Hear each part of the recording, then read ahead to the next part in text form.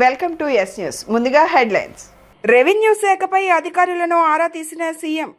Free హోల్డ్లో ఉంచిన assigned భూములు, రీసర్వేలపై ప్రధానంగా సాగిన చర్చ. వేగవంతమైన ఆటోమ్యూటేషన్ ప్రక్రియ చేపట్టాలని సూచన. అమెరికా టూర్లో లోకేష్ బిజీ. ఓప్స్ ర్యాంప్ సీఈఓతో కీలక చర్చలు. ఐటీ మౌలిక సదుపాయాలకు మద్దతు ఇవ్వాలని కోరిన మంత్రి. ఘనంగా యువనేత బోండా సిద్ధార్థ జన్మదిన వేడుకలు. పెద్ద సంఖ్యలో పాల్గొని శుభాకాంక్షలు తెలిపిన నాయకులు, కార్యకర్తలు, అభిమానులు. ప్రజా సమస్యల పరిష్కార వ్యవస్థ సహా 22A ఫ్రీ హోల్డ్లో ఉంచిన అసైన్డ్ భూములు, రీసర్వే, ఆదాయ కుల ధృవీకరణ పత్రాలు తదితర అంశాలపై ముఖ్యమంత్రి చంద్రబాబు సమీక్ష నిర్వహించారు. సమీక్షకు రెవెన్యూ శాఖ మంత్రి అనగాని సత్యప్రసాద్, రెవెన్యూ శాఖ ప్రత్యేక ప్రధాన కార్యదర్శి సాయి ప్రసాద్, CCLA అధికారులు హాజరయ్యారు. గత ఏడాది జూన్ 15 నుంచి ఈ ఏడాది డిసెంబర్ 1వ తేదీ వరకు వచ్చిన గ్రీవెన్స్లు 5,28,217 వచ్చాయని, వీటిలో 4,55,189 గ్రీవెన్స్లు పరిష్కరించగా పరిశీలనలో మరో 73,000 వరకు ఉన్నాయని ఈ సందర్భంగా సీఎం చంద్రబాబు గుర్తు చేశారు.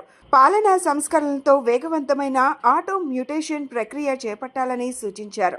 జూన్ 2024 నుంచి ఇప్పటి వరకు 22A జాబితా నుంచి తప్పించాలని కోరుతూ 6,846 దరఖాస్తులు దాఖలయ్యాయని చంద్రబాబు తెలిపారు. అసైన్డ్ భూముల పునఃపరిశీలనకు ఆదేశాలు. ఎక్స్ సర్వీస్ మెన్, రాజకీయ బాధితులు, స్వాతంత్ర సమరయోధులు 1954 కంటే ముందు అసైన్డ్ భూములు కలిగిన వాళ్ల భూములు 22A నుంచి తొలగించారని సీఎం తెలిపారు. 6,693 గ్రామాల్లో పూర్తయిన రీసర్వే వెబ్ల్యాండ్ 2.0లో వివరాల నమోదు చేశారు. రీసర్వేలో ఎలాంటి తప్పులు, పొరపాట్లు జరగకుండా భూమి రికార్డుల అప్గ్రేడేషన్ చేస్తున్నామని వివరించారు. అంతేకాకుండా మొత్తం 2.77 కోట్ల కుల ధృవీకరణ పత్రాలు ఆధార్తో అనుసంధానం చేస్తున్నామని అన్నారు. ఈ ఆర్థిక సంవత్సరం స్టాంప్ రిజిస్ట్రేషన్ శాఖ ద్వారా 10,169 కోట్ల ఆదాయం ఆర్జించడమే లక్ష్యమని అధికారులకు తెలియజేశారు. రాష్ట్ర వ్యాప్తంగా 430 రియల్ ఎస్టేట్ వెంచర్లను గుర్తించి ఆయా ప్లాట్లకు సంబంధించి యూజర్ ఫ్రెండ్లీ రిజిస్ట్రేషన్కు కార్యాచరణ చేపట్టాలని పేర్కొన్నారు. దీంతో 15,570 రిజిస్ట్రేషన్లతో 250 కోట్ల ఆదాయం వస్తుందని అంచనా వేస్తున్నామని అధికారులకు సీఎం చంద్రబాబు వివరించారు. అమెరికాలో మంత్రి నారా లోకేష్ పర్యటిస్తున్నారు. రాష్ట్రానికి పెట్టుబడులు ఆకర్షించటమే లక్ష్యంగా వివిధ సంస్థలతో లోకేష్ వరుస భేటీలు నిర్వహించారు. ఐటీ మౌలిక సదుపాయాలకు మద్దతు ఇవ్వాలని కోరారు. ఓప్స్ ర్యాంప్ CEO వర్మతో మంత్రి లోకేష్ భేటీ అయ్యారు. అమరావతిలో డిజైన్ ఇన్నోవేషన్ అకాడమీ ఏర్పాటు చేయాలని ఈ సందర్భంగా కోరారు. ఆటోడెస్క్ చీఫ్ టెక్నాలజిస్ట్ దేవ్ పటేల్తో భేటీ అయ్యారు. ఏపీలో US పెట్టుబడులకు సహకారం అందించాలని లోకేష్ కోరారు. అమెరికా పర్యటన రెండో రోజులో భాగంగా మంత్రి నారా లోకేష్ వివిధ సంస్థల ప్రతినిధులతో వరుసగా 12 భేటీలు నిర్వహించారు. అంతర్జాతీయ స్థాయి వెంచర్ క్యాపిటల్ సంస్థ Celesta VC managing partner Arun కుమార్తో శాన్ ఫ్రాన్సిస్కోలో జరిగిన భేటీలో డీప్ టెక్ ఇన్నోవేషన్ హబ్ను ఏపీలో ఏర్పాటు చేయాలని కోరారు. Semi conductor, AI, quantum computering రంగాల్లో పెట్టుబడులు పెట్టాలని సూచించారు. తాము ప్రధానంగా US, ఇండియా, ఇజ్రాయెల్, ఆగ్నేషియా దేశాలపై దృష్టి సారిస్తున్నట్లు అరుణ్ కుమార్ తెలిపారు. ఏపీ ప్రభుత్వ ప్రతిపాదనలు పరిశీలిస్తామని హామీ ఇచ్చారు. Creative land Asia founders Sajan Ross group senior partner ఇయాంగ్ క్యాంపింగ్, ప్రముఖ American film director, screen writer Chuck రసెల్తోనూ లోకేష్ భేటీలు కొనసాగాయి. భారతదేశంలో తొలి trans media entertainment city creator ల్యాండ్ను అమరావతిలో ఏర్పాటు చేయడానికి గత ఏడాది మే 4న క్రియేటివ్ ల్యాండ్ ఆసియా సంస్థ MOU కుదుర్చుకుంది. టీడీపీ యువనేత బోండా సిద్ధార్థ జన్మదిన వేడుకలు తమ స్వగృహం వద్ద జరిగాయి. పెద్ద సంఖ్యలో అభిమానులు, అన్ని డివిజన్ల నుండి నాయకులు, కార్యకర్తలు హాజరై ఆయనకు జన్మదిన శుభాకాంక్షలు తెలిపారు. తమ కుటుంబం పట్ల ప్రేమ చూపిస్తున్న ప్రతి ఒక్కరికి ధన్యవాదాలు తెలియజేశారు. మొగల్రాజపురం ప్రభుత్వ విప్ ఎమ్మెల్యే బోండా ఉమామహేశ్వరరావు గారి నివాసం వద్ద ఆయన పెద్ద కుమారుడు టీడీపీ యువనేత బోండా సిద్ధార్థ జన్మదినోత్సవ వేడుకలు అంగరంగ వైభవంగా జరిగాయి. ఈ కార్యక్రమానికి ముఖ్య అతిథిగా టీడీపీ యువనేత బోండా రవితేజ హాజరై సిద్ధార్థతో కలిసి కేక్ కట్ చేయించి శుభాకాంక్షలు తెలిపారు. ఈ సందర్భంగా బోండా రవితేజ మాట్లాడుతూ పార్టీ సంప్రదాయం ప్రకారం పుట్టినరోజులను సేవా కార్యక్రమాల ద్వారా ప్రజలకు ఉపయోగపడే విధంగా నిర్వహించడం ఆనందకరమని తెలిపారు. నియోజకవర్గంలో చిరు వ్యాపారులకు తోపుడు బండ్లు, వికలాంగులకు ట్రై బ్యాటరీ సైకిళ్లు, వినికిడి లోపం ఉన్నవారికి వినికిడి యంత్రాలను పంపిణీ చేసినట్లు పేర్కొన్నారు. అనంతరం బోండా సిద్ధార్థ మాట్లాడుతూ గత 15 సంవత్సరాలుగా డిసెంబర్ 9న అభిమానులు, కార్యకర్తలు ఇంటికి వచ్చి ఆశీస్సులు అందించడం ఒక సాంప్రదాయంగా మారిందని చెప్పారు. పుట్టినరోజులను సేవా కార్యక్రమాల రూపంలో జరుపుకోవడం తమ కుటుంబం పాటిస్తున్న ఆచారమని అన్నారు. ఈ వేడుకలకు సెంట్రల్ నియోజకవర్గ టీడీపీ శ్రేణులు, బోండా ఉమా అభిమానులు, సిద్ధార్థ రవితేజ స్నేహితులు పెద్ద సంఖ్యలో కార్యకర్తలు పాల్గొన్నారు. మరి ఈరోజు మా సోదరుడు బోండా ఉమా గారి తనయుడు బోండా సిద్ధార్థ జన్మదిన సందర్భంగా మరి ఉమాగారి నివాసం వద్ద తెలుగుదేశం పార్టీ నాయకులు, కార్యకర్తలు, కుటుంబ సభ్యులు అందరి ఆధ్వర్యంలో ఇక్కడ జన్మదిన వేడుకల్ని నిర్వహించుకోవడం జరుగుతూ ఉంది. మరి ఇది తెలుగుదేశం పార్టీలో ఒక మంచి సంస్కృతి. మా నాయకుడు చంద్రబాబు గారు అయితే కానివ్వండి, లోకేష్ గారి జన్మదిన సందర్భంగా అయితే కానివ్వండి, నియోజకవర్గంలో నాయకులు పుట్టినరోజు సందర్భంగా అయితే కానివ్వండి, అందరం కూడా కలిసికట్టుగా ఆ ఒక్క దినాన్ని 10 మందికి ఉపయోగపడే విధంగా జరుపుకోవటం అనేది ఒక మంచి సంస్కృతి. మరి అందులో భాగంగా ఈరోజు నియోజకవర్గంలో అనేక చోట్ల వృద్ధులకి, వికలాంగులకి మరి అందరికీ కూడా సేవా కార్యక్రమాలు చక్కగా నిర్వహించి మరి మా సెంట్రల్ నియోజకవర్గ తెలుగుదేశం పార్టీ కార్యకర్తలంటే బడుగు బలహీన వర్గాలందరికీ కూడా ఎప్పుడూ అండగా ఉండే విధంగా ఈరోజు అందరూ కూడా జన్మదిన వేడుకల్ని చేయటం చాలా సంతోషం. మీ అందరూ ఇక్కడికి విచ్చేసినందుకు అందరికీ కూడా మనస్ఫూర్తిగా మరొకసారి అభినందనలు తెలియజేస్తా ఉన్నాను.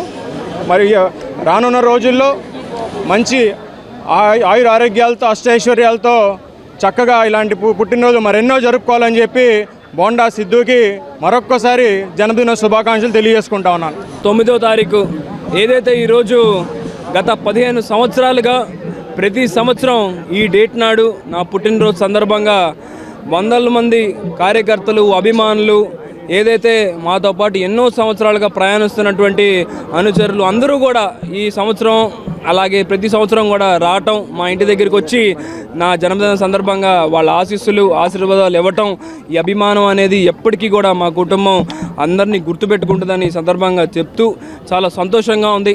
ఏదైతే గత 15-20 సంవత్సరాలుగా ప్రతి సంవత్సరం మా కుటుంబంలో ఎవరి పుట్టినరోజైనా సరే మేమందరం కూడా ఒకటే ఎంకరేజ్ చేస్తాం.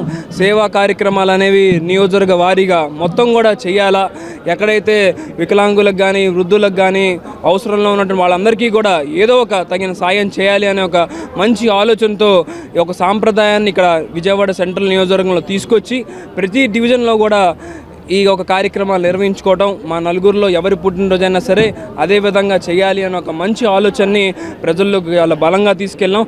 ఇది 2025 సంవత్సరం చాలా సంతోషం. అధికారంలోకి వచ్చిన వెంటనే పోయిన సంవత్సరంలాగే ఈ సంవత్సరం కూడా అందరితో కలిసి జరుపుకోవడం చాలా సంతోషంగా ఉంది. అధికారంలో ఉన్నా లేకపోయినా వీళ్ళందరూ చూపించే ఈ అభిమానానికి ఎల్లప్పుడూ కూడా మా కుటుంబం అంతా కూడా రుణపడి ఉంటుందని మరొక్కసారి తెలియజేసుకుంటూ బోండా ఉమా గారి అభిమానులకు కానీ, తెలుగుదేశం పార్టీ కుటుంబ సభ్యులకి, సెంట్రల్ నియోజకవర్గ కార్యకర్తలకి, డివిజన్ స్థాయి అదేవిధంగా నియోజకవర్గ స్థాయి నాయకులందరికీ కూడా పేరు పేరున హృదయపూర్వక ధన్యవాదాలు తెలియజేసుకుంటూ తమకు ఉన్న దానిలో కొంతమంది లేని వారికి సహాయం చేయడం ద్వారా వారి జీవితాల్లో వెలుగులు నింపవచ్చని సెంట్రల్ ఎమ్మెల్యే బోండా ఉమా అన్నారు. తమ పెద్ద కుమారుడు బోండా సిద్ధార్థ జన్మదినాన్ని పురస్కరించుకొని పలువురు చిరు వ్యాపారులకు తోపుడు బండ్లు, 2 వికలాంగులకు బ్యాటరీ ట్రై సైకిళ్లు పంపిణీ చేశారు. ఇప్పటి వరకు 300కు పైగా తోపుడు బండ్లు లబ్ధిదారులకు అందించినట్లు చెప్పారు. 2024 ఎన్నికల్లో నేను ఈ నియోజకవర్గ శాసనసభ్యుడిగా ఎన్నికైనాక ప్రతి నిత్యం కూడా ఏదో ఒక పేదవాళ్ళకి మంచి కార్యక్రమం సహాయం చేయటం అనేది ఒక ఆనవాయితీగా పెట్టుకున్నాం.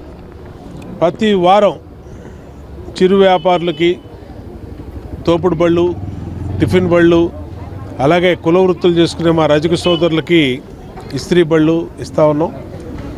ఇప్పటికీ 300 పైన బళ్ళు ఈ 18 నెలల కాలంలో ఈ నియోజకవర్గంలో ఇచ్చాం.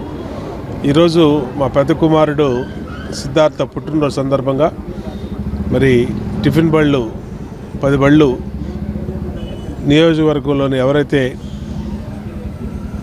చిరు వ్యాపారులు అప్లై చేశారో వాళ్ళకి ఇవ్వటం జరిగింది. చాలా సంతోషంగా ఉంది. ఏదైతే P4 అని చెప్పి ముఖ్యమంత్రి చంద్రబాబు నాయుడు పిలుపు మేరకు పేదవాళ్ళకి ఆదుకోవాలని చెప్పి, పేదవాళ్ళకి అండగా ఉండాలని చెప్పి ఆయన పిలుపునిచ్చారో ఆ పిలుపు మేరకు నిరంతరం కూడా మార్గదర్శకులుగా నేను, మా పిల్లలు అందరూ కూడా మార్గదర్శకులుగా మా తోచినంత సహాయం ఆ భగవంతుడు మాకు ఇచ్చినటువంటి శక్తి కొలది నిరంతరం చేస్తూ ఉన్నాం. చాలా సంతోషంగా ఉంది. ఇది అందరూ కూడా చేయాల్సినటువంటి బాధ్యత. ఈ సమాజంలో మనకి శక్తి ఉంది. ఆ శక్తి లేని వాళ్ళకి ఎంతో కొంత అండగా, తోచినంత వరకు అండగా ఉంటే సమాజం మొత్తం ముందుకెళ్ళుద్ది, మెరుగైన సమాజం ఏర్పడుద్ది. కాబట్టి అందరూ కూడా దీనికి ఇప్పటికే చాలామంది మార్గదర్శకులుగా రిజిస్టర్ అయ్యి చాలామంది ముందుకొచ్చారు. వాళ్ళందరినీ అభినందిస్తూ ఉన్నాం. తప్పనిసరిగా ఇది ఒక మంచి కార్యక్రమం చేయాలని చెప్పి కోరుకుంటాం. ఈరోజు చాలా సంతోషంగా ఉంది. ఏదైతే డిసెంబర్ 9 నా పుట్టినరోజు సందర్భంగా గత సంవత్సరం లాగే ఏదైతే గత 15 సంవత్సరాల నుంచి చేస్తున్నట్టు ఆనవాయితీయే ఈ సంవత్సరం కూడా పేదవాళ్ళకి, మరి ముఖ్యంగా వృద్ధులకు, వికలాంగులకు, విద్యార్థులకు, పేదవాళ్ళకి అందరికీ కూడా P4 విధానంలో ఎవరైతే సెంట్రల్ ఎమ్మెల్యే బోండా ఉమా గారికి వచ్చి మాకు ఈ సాయం చేయాలి అని చెప్పారో వాళ్ళందరికీ ఈరోజు నా తరపున నేను ఒక మార్గదర్శిగా నిలిచి వాళ్ళందరికీ కూడా తగిన సాయం చేసే విధంగా తోపుడు బండ్లు కానీ, అదేవిధంగా దివ్యాంగులకు ట్రైసైకిల్స్ కానీ ఇవన్నీ డిస్ట్రిబ్యూట్ చేయడం జరుగుతూ ఉంది. చాలా సంతోషమైన పరిణామం.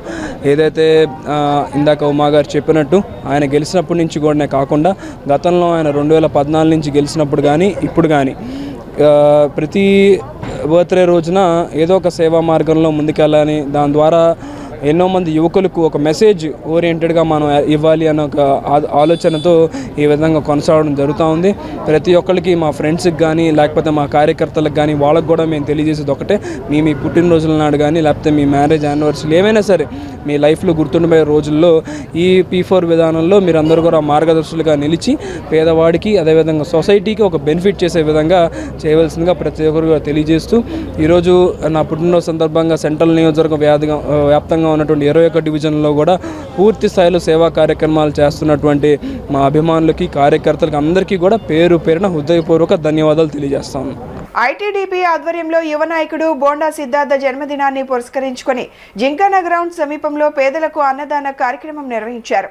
ఈ కార్యక్రమంలో పాల్గొన్న సిద్ధార్థ స్వయంగా భోజనాన్ని పంపిణీ చేశారు. తన పుట్టినరోజు సేవా కార్యక్రమాలు ఏర్పాటు చేయడం పట్ల హర్షం వ్యక్తం చేశారు. ఈ సందర్భంగా సెంట్రల్ ఐటీడీపీ అధ్యక్షుడు దుర్గా శివరాం మాట్లాడుతూ, ప్రతి సంవత్సరం బోండా కుటుంబ సభ్యుల జన్మదినాలను పురస్కరించుకొని ప్రజలకు ఉపయోగపడే సేవా కార్యక్రమాలు నిర్వహించడం పార్టీ సాంప్రదాయమని అన్నారు. ఆ కార్యక్రమంలో భాగంగానే నేడు పేదవారికి అన్నదానం నిర్వహించామని పేర్కొన్నారు. సిద్ధార్థకు అమ్మవారి ఆశీస్సులు ఎల్లప్పుడూ ఉండాలని, మరెన్నో పుట్టినరోజులు జరుపుకోవాలని ఆకాంక్షించారు. ఈరోజు మన బోండా సిద్ధార్థ బాబు పుట్టిన సందర్భంగా ఈరోజు 200 మంది వరకు ఆహారం పొట్లాలు, బిర్యానీ పొట్టడం జరిగింది విజయవాడ సెంట్రల్ నియోజకవర్గం ఐటీడీపీ తరఫున. అలాగే ఈ కార్యక్రమానికి మాకు ఎంతో సహాయం చేసిన కోలా దుర్గారావు గారికి, రాష్ట్ర అధ్యక్షులు కోలా దుర్గారావు గారికి, పార్లమెంటు సభ్యులు రవి గారికి, అలాగే మా డివిజన్ మా ఐటీడీపీ సెక్రటరీ దుర్గాప్రసాద్ గారికి, ఉపాధ్యక్షులు వలీ గారికి, అలాగే మంగరాజు కానీ, భాషా కానీ, మన 62వ డివిజన్ ప్రెసిడెంట్ మనీక్ కానీ, మా 63 డివిజన్ ఐటీడీపీ ప్రెసిడెంట్ సుబానీ కానీ వీళ్ళందరూ చాలా సహాయించారు. సిద్ధుబాబు పుట్టినరోజు ప్రతి సంవత్సరం కూడా మేము చాలా పండగగా చేసుకుంటామండి. ఆయన పుట్టినరోజు మాకు ఒక పండగ. ఇక ముందు ఇంకా వచ్చే సంవత్సరం ఇంకా దీని గురించి బాగా చేస్తామని చెప్పి మనస్ఫూర్తిగా మా ఐటీడీపీ టీం తరఫున మనస్ఫూర్తిగా కోరుకుంటున్నామండి. ప్రజలకు సంక్షేమాన్ని విస్తృతంగా అందిస్తూ రాష్ట్రాన్ని అభివృద్ధి దిశగా తీసుకెళ్లేందుకు ముఖ్యమంత్రి నారా చంద్రబాబు నాయుడు కృషి చేస్తున్నారని తూర్పు నియోజకవర్గ ఎమ్మెల్యే గద్దె రామ్మోహన్ తెలిపారు. వైఎస్ఆర్సీపీ హయాంలో 6% ఉన్న జీడీపీని ప్రస్తుతం 11.8% పెంచడంలో సీఎం అనుభవం, పరిపాలన సమర్థత కీలక పాత్ర పోషించిందని పేర్కొన్నారు. రెండవ డివిజన్ గుణదల పడవలరేవు ప్రాంతంలో పర్యటించిన ఎమ్మెల్యే గద్దె రామ్మోహన్ స్థానిక సమస్యలను స్వయంగా పరిశీలించి 30 లక్షల వ్యయంతో చేపట్టిన రోడ్లు, డ్రైనేజీ, మెట్ల నిర్మాణాలకు శంకుస్థాపన చేశారు. అనంతరం శానిటరీ కార్మికులకు వీఎంసీ అందించిన దుస్తులను పంపిణీ చేశారు. కొండ ప్రాంతాల్లో నివసించే ప్రజలు ఎదుర్కొంటున్న ఇబ్బందులను గుర్తించిన ఎమ్మెల్యే అక్కడి సౌకర్యాలను మెరుగుపరిచేందుకు ప్రభుత్వం చర్యలు చేపట్టిందని తెలిపారు. మెట్లు, ర్యాంపులు నిర్మాణం కొనసాగుతోందని, అత్యవసర పరిస్థితుల్లో అంబులెన్స్, ఫైర్ సర్వీస్ వాహనాలు చేరడంలో ఉన్న ఇబ్బందులను తొలగించేందుకు ప్రణాళికాబద్ధంగా చర్యలు తీసుకుంటున్నట్లు వివరించారు. అమరావతిని పూర్తిగా ప్లాన్ ప్రకారం నిర్మిస్తున్నామని, అభివృద్ధి జరిగినప్పుడే ఇలాంటి సమస్యలు తగ్గుతాయని అన్నారు. కూటమి ప్రభుత్వం అధికారంలోకి వచ్చిన తరువాత రాష్ట్ర జీడీపీ వృద్ధి దిశగా పయనిస్తోందని, ప్రధాని నరేంద్ర మోదీ, ఉప ముఖ్యమంత్రి పవన్ కళ్యాణ్ సహకారంతో జీడీపీని 18% పెంచడం లక్ష్యమని ఎమ్మెల్యే గద్దె రామ్మోహన్ స్పష్టం చేశారు. కొండ మీద అనేక మంది పేదవాళ్ళు వాళ్ళ అవసరాలకి ఎక్కడ కూడా స్థలం కొనుక్కోలేని పరిస్థితిలో వాళ్ళు సుదీర్ఘ ప్రాంతం కూడా కొండలెక్కి ఇల్లు కట్టుకోవడం జరిగింది. ఎప్పటికప్పుడు ప్రభుత్వాలు కొంత లిమిట్ వరకు ఆపాలన్నా కూడా ప్రజలు వాళ్ళకున్న అవసరాలు, వాళ్ళకున్న ఆర్థికమైన పరమైన ఇబ్బందులు వీటి వలన ఇంకా కూడా పైకెక్కి ఇల్లు కట్టుకోవటం. మరి ఇల్లు కట్టుకున్నప్పుడు వాళ్ళ కనీసమైన అవసరాలు మంచినీళ్ళు, దారులు ఇవ్వాల్సిన బాధ్యతగా ప్రభుత్వాలు, ఏ ప్రభుత్వాలు ఉండాలి. వాళ్ళ కోసం కరెంట్ లైన్లు వేయటం, మెట్లు కట్టడం ఇవన్నీ కూడా జరుగుతున్నాయి. ఈ మధ్యకాలంలో ఈ కొండ ప్రాంతంలో ఎక్కడికి వెళ్ళినా కూడా, ఏ రోడ్డుకి వెళ్ళినా కూడా ప్రధానమైన సమస్య రేత్రిపూట వాళ్ళకున్న వెహికల్స్ పైదాకా వెళ్ళవు కాబట్టి ఇక్కడే రోడ్ల మీద పెట్టి వెళ్ళిపోవటం. ఆ రోడ్డు మీద ఉన్న ఇళ్లలో ఏదైనా అకస్మాత్తుగా ఇబ్బంది వస్తే అంబులెన్స్ కూడా వచ్చే అవకాశం లేని విధంగా ఉండటం. ఇది అన్ని రోడ్ల మీద నాకు తెలిసి ఒక 150 దారులు ఇలాంటి సమస్య ఉంది.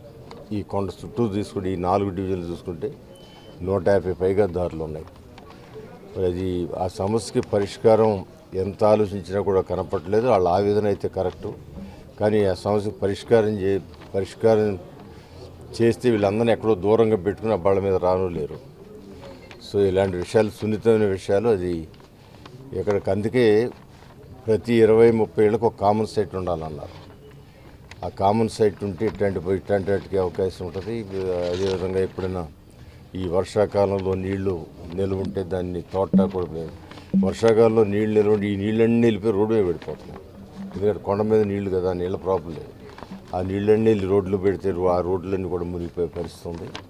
సో ఏదేమైనా కూడా ఈ సమస్యలన్నీ కూడా ఒక ప్లాన్డ్ పట్టణం తయారైతే ఇలాంటి సమస్యలు ఉండవు. ఇప్పుడు అమరావతి ఒక ప్లాన్డ్గా నిర్మాణం చేయాలని చెప్పి ఆయన ఎంతో దృఢ నిశ్చయంతో అన్నీ ఎక్కడా కూడా నీరు చుక్క నిలబడకూడదు, దారులన్నీ విశాలంగా ఉండాలి, అక్కడ నివాసం ఉండే వాళ్ళకు కూడా చాలా అనుకూలంగా ఉండాలని ఆయన ఏర్పాటు చేయడం జరుగుతుంది.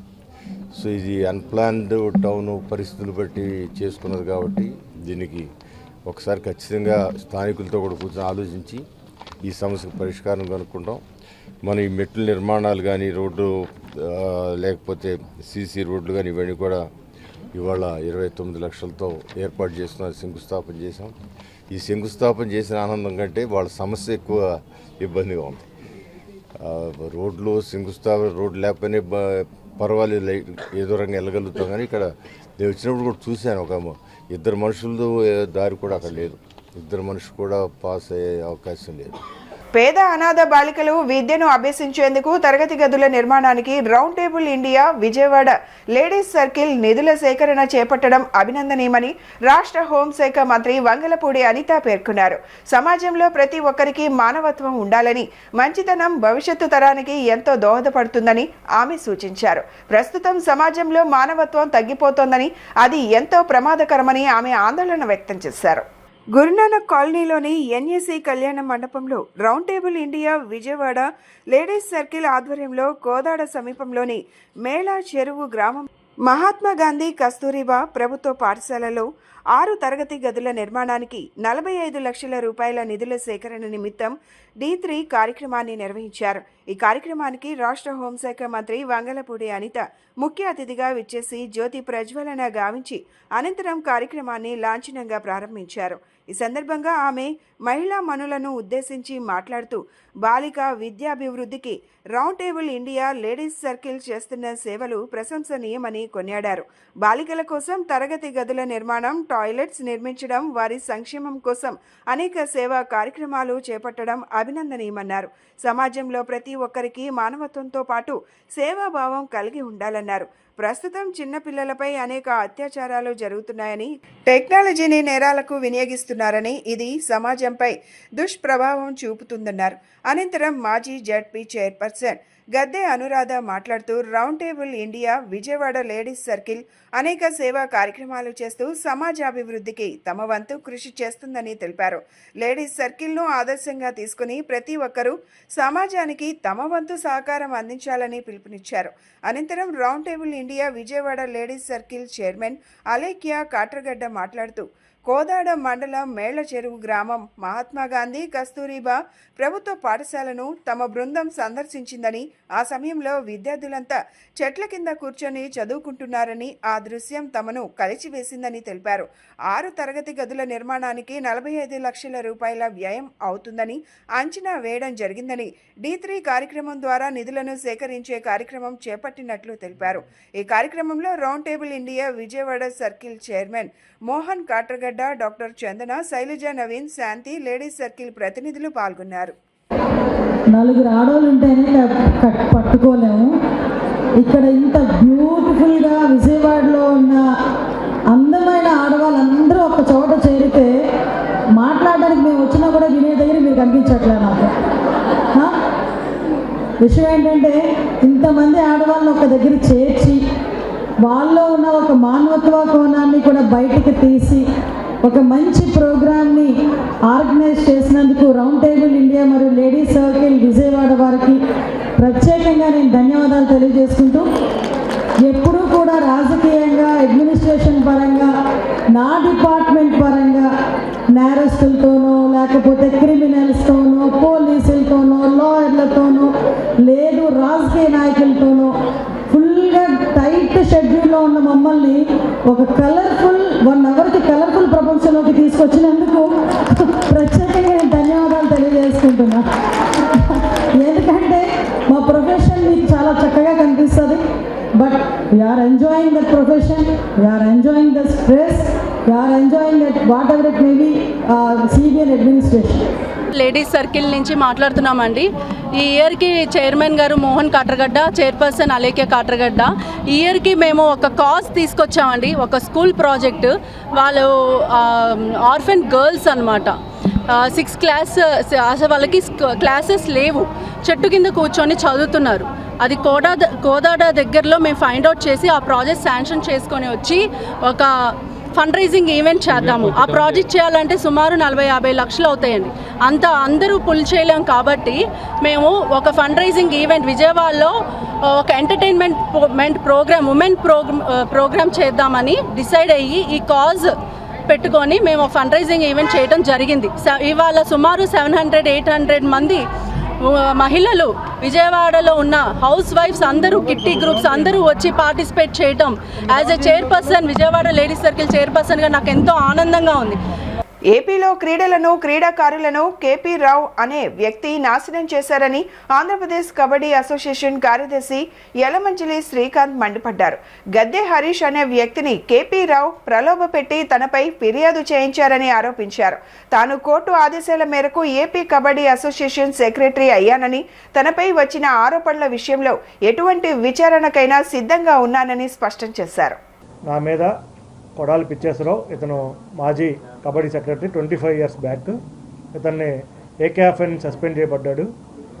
ఇతను కోర్టులో వెళ్ళి కూడా ఓడిపోయి ఆల్రెడీ లైఫ్ బ్యాన్ ఉన్న క్యాండిడేట్ ఏకేఎఫ్ఐలో, అలాగే ఆంధ్ర కబడ్డీ అసోసియేషన్లో కూడా. ఏ అసోసియేషన్లోనూ సభ్యుడు కూడా కాదు, మా జిల్లా అసోసియేషన్లో కూడా సభ్యుడు కాదు. అలాంటి పిచ్చేశ్వరరావు నా మీద కొన్ని నిరాధారమైన అభియోగాలు చేశారు. అందులో ఏంటంటే ఏజ్ ఫ్రాడ్, క్రీడాకారుల యొక్క ఏజ్ ఫ్రాడ్ చేశారని ఒకటి ఇచ్చారు. అలాగే రెండోది, ఈ మధ్యకాలంలో జరిగిన యువ సెలక్షన్ ట్రయల్స్లో మ్యాచ్ ఫిక్సింగ్ జరిగినాయని, ఈ 2 ఆధారంగా నా మీద ఎఫ్ఐఆర్ బుక్ చేయించడం జరిగింది. ఎఫ్ఐఆర్ అయినమాట వాస్తవం. విజయవాడలోని పీఎం శ్రీ కేంద్రీయ విద్యాలయం నెంబర్ 1లో వార్షిక క్రీడా దినోత్సవం 2025 మంగళవారం పాఠశాల క్రీడా మైదానంలో ఘనంగా నిర్వహించారు. ఉదయం 9 గంటలకు ప్రారంభమైన ఈ కార్యక్రమానికి ముఖ్య అతిథిగా హాజరైన Prem Kumar Lakhavat, nominee chairman VMC KV number 1 and senior divisional personnel officer Vijayawada విద్యార్థులను ఉద్దేశించి ప్రేరణాత్మక సందేశం ఇచ్చారు. క్రీడలు విద్యార్థుల్లో క్రమశిక్షణ, జట్టు భావన, ధైర్యం, శారీరక దారుఢ్యాన్ని పెంపొందిస్తాయని ఆయన పేర్కొన్నారు. ఈ సందర్భంగా పాఠశాల ప్రధానోపాధ్యాయులు ఆదిశేష శర్మ మాట్లాడుతూ విద్యార్థుల సమగ్ర అభివృద్ధికి క్రీడలు అనివార్యమని, భవిష్యత్తులో ఇలాంటి కార్యక్రమాలను మరింత విస్తృతంగా నిర్వహిస్తామని తెలిపారు. కేంద్రీయ విద్యాలయ యాన్యువల్ స్పోర్ట్స్ మీట్లో భాగం అవ్వడం చాలా ఆనందంగా ఉంది. అండ్ ఆల్ స్టూడెంట్స్ మన కేంద్రీయ విద్యాలయాలో డిఫరెంట్ స్పోర్ట్స్ ఈవెంట్లో పార్టిసిపేట్ చేస్తూ మనకు ఒక ఆరోగ్యమే మహాభాగ్యం అంటాము. అంటే హెల్త్ ఈజ్ వెల్త్. సో మన హెల్తీ ఎవరైతే ఉంటారో they can acquire the skills, physical active ఉంటారు కాబట్టి వాళ్ళ స్కిల్స్ అనేది దాన్ని మన వెల్త్గా కన్వర్ట్ చేసుకోవడానికి అవకాశం ఉంటుంది. ప్రతి స్టూడెంట్స్ వాళ్ళ చైల్డ్హుడ్ నుండి ఈవెన్ మన గ్రో అయ్యి మన హయ్యర్ లెవెల్లో వెళ్ళేటప్పటికి కూడా ఏదో ఒక స్పోర్ట్స్ని ఒక హ్యాబీగా పెట్టుకుంటే వాళ్ళు ఫిజికల్లీ యాక్టివ్ ఉంటారు. అండ్ ఈ మన డైలీ వైజ్ ఉండేటువంటి మన ఈ హెల్త్ రిలేటెడ్ ఇష్యూస్ ఏవైతే ఉంటాయో, మన బీపీ కానీ షుగర్ కానీ ఇట్లాంటివి చాలా వరకు వాళ్ళు యాక్టివ్ ఉండడం వలన ఈ సమస్యలు రాకుండా వాళ్ళ కెరియర్లో ఉంటారు. సో దానివలన ఒక మంచి సిటిజన్ తయారవుతారు. అండ్ అది మన సొసైటీకి, ఒక నేషన్కి చాలా ఉపయోగపడుతుంది.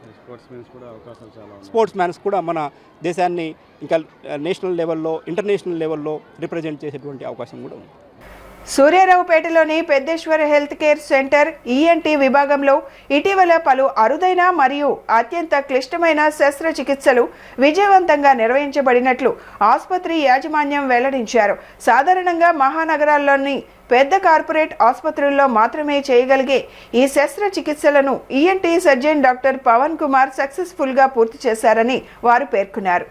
సాధారణంగా మహానగరాల్లోని పెద్ద కార్పొరేట్ ఆసుపత్రుల్లో మాత్రమే చేయగలిగే ఈ శస్త్రచికిత్సలను ENT surgeon doctor Pavan Kumar సక్సెస్ఫుల్గా పూర్తి చేశారని hospital managing director cardiologist doctor Pallem Peddeswararao తెలిపారు. ఈ సందర్భంగా ఆయన మాట్లాడుతూ గ్రామీణ మరియు పట్టణ ప్రాంతాల్లోని సామాన్య ప్రజలకు మెరుగైన ఆరోగ్య సేవలు అందించాలనే లక్ష్యంతో ఈఎన్టీ విభాగాన్ని ఏర్పాటు చేశామని తెలిపారు. డాక్టర్ పవన్ కుమార్ బృందం నిర్వహించిన సంక్లిష్ట శస్త్రచికిత్సలు మెట్రోపాలిటన్ కార్పొరేట్ ఆసుపత్రులకు ఏమాత్రం తీసిపోని స్థాయిలో ఉన్నాయని అభినందించారు. అనంతరం పవన్ మాట్లాడుతూ గత 6 నెలల్లోనే అనేక కీలక కేసులను విజయవంతంగా చికిత్స చేసినట్లు వివరించారు. ఛాతీ వరకు థైరాయిడ్ వ్యాపించిపోయిన 89 ఏళ్ల వృద్ధురాలిపై శస్త్రచికిత్స చేయడం అత్యంత సవాల్గా నిలిచిందని అన్నారు. ఈరోజు ఈ మీటింగు ముఖ్య ఉద్దేశం ఏంటంటే, మన పెద్దేశ్వర హెల్త్ కేర్ సెంటర్లో ఈఎన్టీ డిపార్ట్మెంట్ స్టార్ట్ చేసి దగ్గర 1 year అవుతుంది.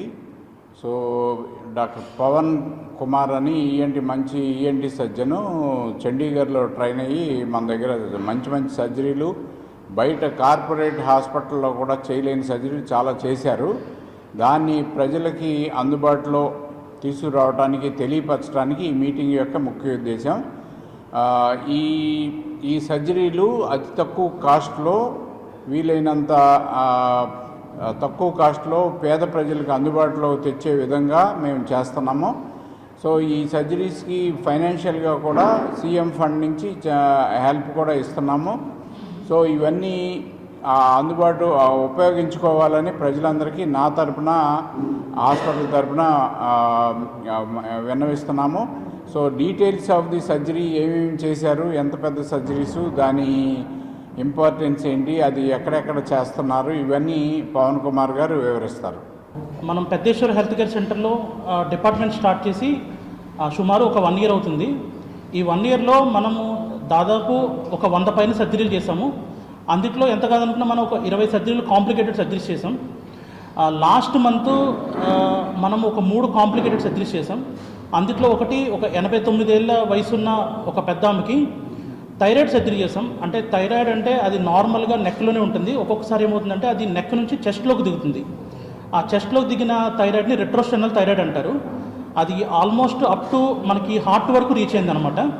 సో ఆ థైరాయిడ్ని మనం ఓన్లీ నెక్ ఇన్సిషన్ ద్వారా చెస్ట్ ఓపెన్ చేయకుండా 3 to 4 hours టైం తీసుకుని మనం దాన్ని చాలా సులువుగా చేసాం.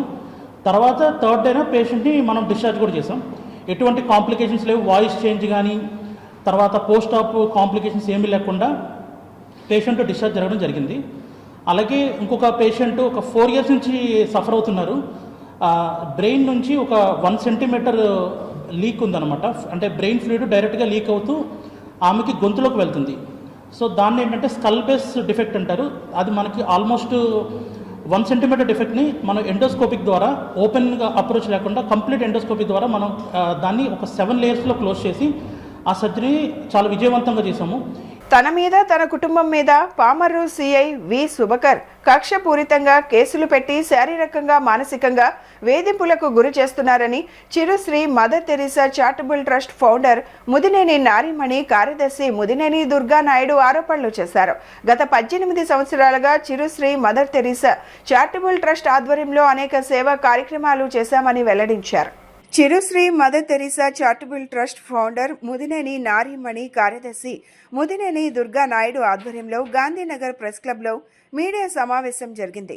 ఈ కార్యక్రమంలో కాపు జేఏసీ చైర్మన్ అమ్మ శ్రీనివాస్, ముదినేని నారీమణి, ముదినేని దుర్గా నాయుడు తదితరులు పాల్గొన్నారు. కాపు జేఏసీ చైర్మన్ అమ్మ శ్రీనివాస్ మాట్లాడుతూ దుర్గా నాయుడు ఎవరి సహాయం లేకుండా గత 18 సంవత్సరాలుగా కోట్లాది రూపాయలు వెచ్చించి అనేక సేవా కార్యక్రమాలు చేశారన్నారు. సేవా కార్యక్రమాలను ప్రభుత్వం గుర్తించి ట్రస్టుకు స్థలం కేటాయించాలన్నారు. ముదినేని దుర్గారావు మాట్లాడుతూ ట్రస్ట్ నిర్వహిస్తూ ఎన్నో సేవా కార్యక్రమాలు చేశానని, మీడియాలో కూడా పని చేశానని, పేపర్లో నిజాలు రాసినందుకు తనపై కక్ష కట్టిన పామర్రు సిఐ వి సుబకర్ కేసులు పెట్టి తనను మానసికంగా శారీరకంగా హింసిస్తున్నారన్నారు. 2023లో ఉద్దేశపూర్వకంగా రేప్ కేసు పెట్టారని, అప్పుడు సామినేని ఉదయభాను అడ్డుకొని కాపాడారన్నారు. తన భార్యపై కూడా అక్రమ కేసులు పెట్టారని ఆవేదన వ్యక్తం చేశారు. తనపై ఉన్న అక్రమ కేసులను తొలగించాలని కోరారు. ఈ రోజున 18 సంవత్సరాలండి Chiru Sri Mother Teresa charitable trust Muddineni Durganaidu గారు మరియు వారి సతీమణి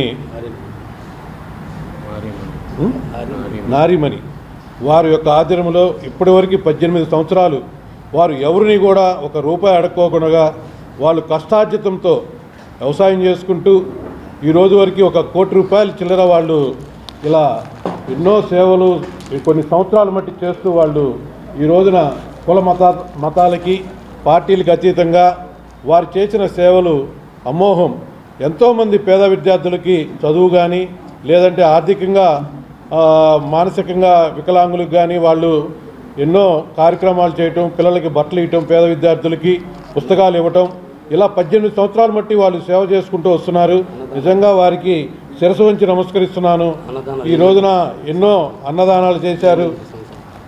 ప్రతి సంవత్సరం కూడా వారు చిరంజీవి గొప్ప విషయం ఏంటంటే మరి నేను ఇంతవరకు కనివిని ఎరగని ఒక గొప్ప విషయం చెబుతాం మీ అందరికీ కూడా. చిరంజీవి గారు పుట్టినరోజునే వాళ్ళ పాప కూడా పుట్టాలని చెప్పి ఒక నెల 15 రోజులు ముందుగానే సిజేరియన్ చేయించి నిజంగా వారు ఆ చిరంజీవి గారి మీద అభిమానాన్ని నిజంగా ఈ విధంగా వాళ్ళు చాటుకున్నందుకు వారికి హృదయపూర్వక ధన్యవాదాలు. ఎవరు ఇలా చేసి ఉండరండి, ఈ రాష్ట్రంలోనే కాదు ఈ భారతదేశంలోనే ఈ విధంగా ఎవరు కూడా చేసి ఉండరని నేనైతే నా దృష్టికి వచ్చింది ఇది ఒక్కటేనండి. దగ్గర నేను 55-60 సంవత్సరాల్లో ఉన్నాను. ఈ రోజు నా దృష్టికి వచ్చింది ఎవరు కూడా ఈ విధంగా అసలు అది వండరండి. చిరంజీవి గారి పేరు పెట్టడం, అలాగే మదర్ తెరీసా గారి పేరు పెట్టడం, ఇద్దరు కాంబినేషన్లో పేరు పెట్టడం. ఆమె ఎక్కడో పుట్టి ఎక్కడో పెరిగి కలకత్తా వచ్చి పేద ప్రజల కోసం ఆమె మ్యారేజ్ కూడా చేసుకోకుండా మదర్ తెరీసా గారు ఈ రోజున ప్రపంచంలో ఏ మారుమూల గ్రామానికి వెళ్ళినా కానీ వారి పేరు వినపడుతుంది. అలాగే చిరంజీవి గారు కూడా ఈ రోజున మరి ఎవరెస్ట్ శిఖరం అంతా ఎదిగిన ఆయన ఇప్పటికి కూడా ఒదిగే ఉంటారు. చిరుశ్రీ మదర్ తెరీసా చారిటబుల్ ట్రస్ట్ 2008లో స్థాపించాము. ఈ రోజుకి 18 సంవత్సరాలు అయింది. మేము ఎక్కడ కూడా ఆంధ్రప్రదేశ్లో ఏ రాజకీయ నాయకుల దగ్గర కానీ వ్యాపారస్తుల దగ్గర కానీ ఒక 100 రూపాయలు కూడా సందా కూడా తీసుకోలేదు. అయితే మమ్మల్ని చాలా ఇబ్బంది పెడుతున్నాడు.